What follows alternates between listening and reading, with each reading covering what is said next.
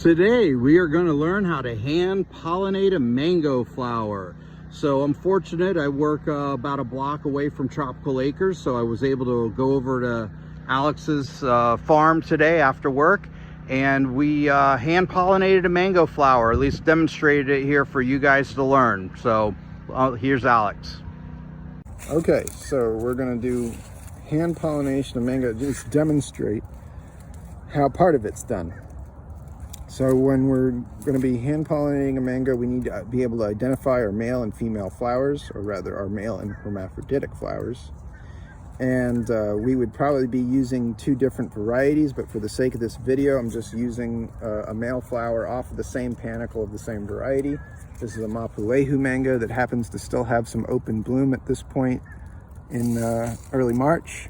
So I'm going to take off this little flower here. Okay, this is a male flower. This flower is staminate, cannot make any fruit, does not have an ovary.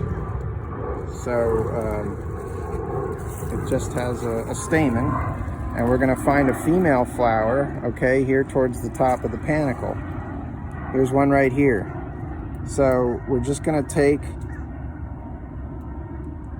the anther of the male flower here in my right hand and put it up against the style of the pistil on the female flower.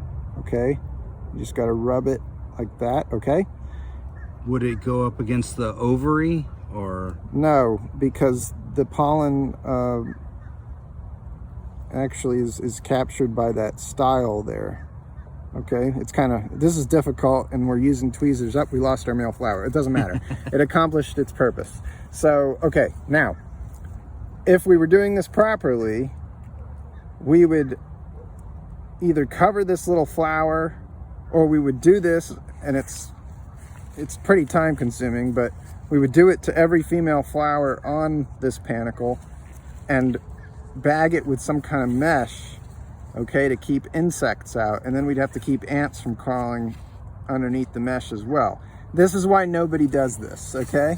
But if you're trying to accomplish something where you're hand pollinating the flowers with pollen from a variety that you're trying to cross with another, that is how it would be done. But in practice, it's just, a lot of times it's just not practical, because there's so many insects and they can pollinate that same flower as well. If they visit it, you can't stop them from bringing a different pollen there, whether it's from the same tree or some other variety, without caging it off, essentially.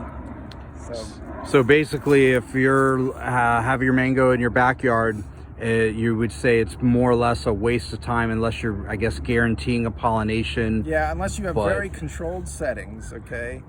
Hand pollination for backyard folks is usually just not practical, but they can try. I mean, like, I'm not saying you can't do it, it's impossible or anything like that. But like, if I were breeding mangoes, I would probably just do what I would call the Gary Zoll approach, where you just record the maternal parent, and you keep a record maybe of what trees are nearby that maternal parent, so as potential pollinators, but even then your pollen can come from half a mile away for all you know.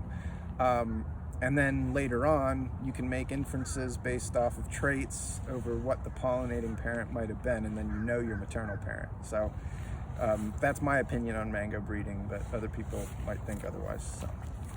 All right, thank you, Alex. No problem. My name is Vince. This is Backyard Mangoes, and please like, share, subscribe, ask me a question. Let's learn something together. Thank you.